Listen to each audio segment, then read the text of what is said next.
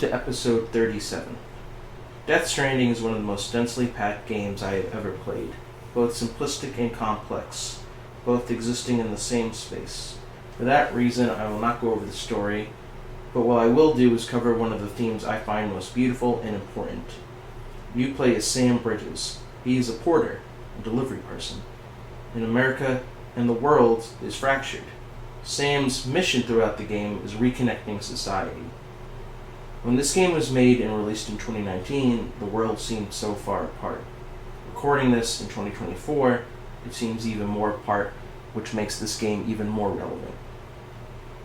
How you connect is you go to a group or a place, think of it like states, and you commit or do a delivery for them, and then you bring them into the network.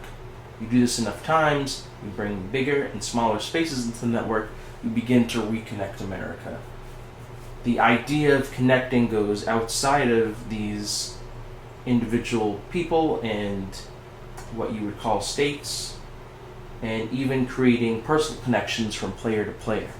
So, for example, if I put a ladder down in my world and someone else is playing, they can see that ladder and it will help them on their journey. What I find so moving and beautiful about this idea of connecting is when it comes to player interaction, it's not about competing, it's not about getting a better score, it's, in my mind, helping other people. Whether I'm connecting these NPCs together or am I connecting player to their destination. You can also, if a player loses their cargo, help bring their cargo to its destination. This idea that there's no real reward for helping other people, but you do it because it's important. It's important that us as a society connect with one another, that we reach out, that we talk to one another in a time where we're so far apart that we can't agree on fundamental issues, human rights issues, that people deserve to live and be happy. I find Death Stranding so fascinating because in this fractured world, it says we can make this whole again as long as we reach out and give that hand. I also think it's important that it promotes this idea of personal connection. I think personal connections are what keep you sane. I have a friend, her name's Caitlin Baker.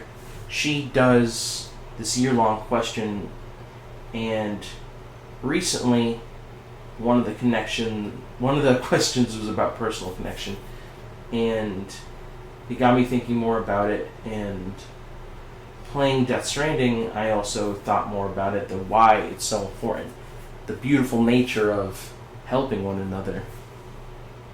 I think it's easy to feel isolated, and to have something where its sole focus isn't to destroy, but to create, to bring people together in a time where we couldn't be more far apart, I think is so important and so necessary. Apologies, I'm stumbling over my words a little bit, but it's hard to really express the magnitude of how important I find this, that we as a people need one another. No person is an island, and no person can do this on their own. But it also made me think of my own personal isolations. So, as you can tell, now that if you've listened to the past 36 episodes, I am a very particular person who has very extreme nerd hobbies, whether that's comics, games, movies, animation. And my problem, and something that I both like and dislike about myself, is that I really hone into it.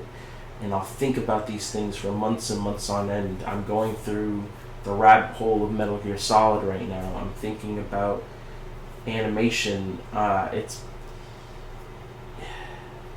what I don't like is that, yes, I love these things, but and I love how they make me feel, but the problem is the isolation that comes after. What do you mean by that? Well, what I mean by that is I focus so much and I think about these things that when you try to express and talk about it with other people, it can be difficult because I feel like I'm too much, and I know some of that exists in my own head, but I feel guilty about it sometimes, that like, oh, Michael, you're being too much again. You're doing it too much. You're being overbearing. It's hard. So I'm very fortunate that I do have personal connections like my friend Caitlin that I mentioned earlier, who I'm very lucky and privileged to know. She's such a wonderful person.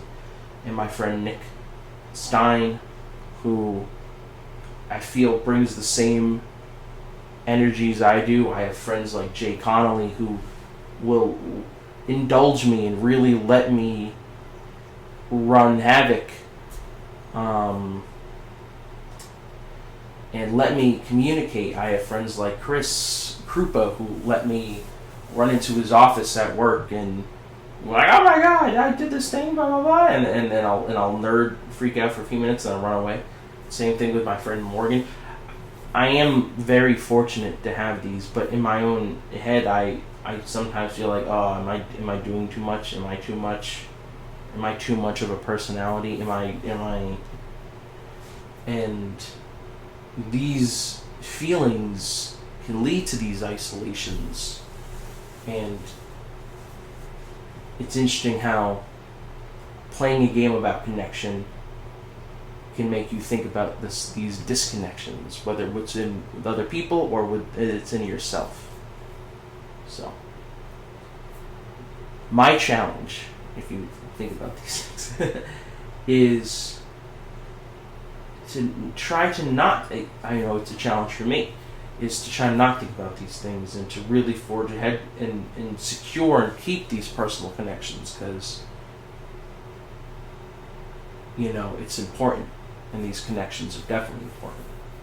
Another important connection, I'm so blessed and fortunate to be married to someone that indulges me in these hobbies and lets me freak out and nerd out, and I'm so fortunate to be married to Chelsea, who lets me be who I am, my anxious self, my nerdy self, my incredibly fixated self, my info dumping self, and I don't think that I can be 100% who I am without that, and that is so very important to me. So if you listened to this and you found this at all interesting, thank you. I hope you have a good day.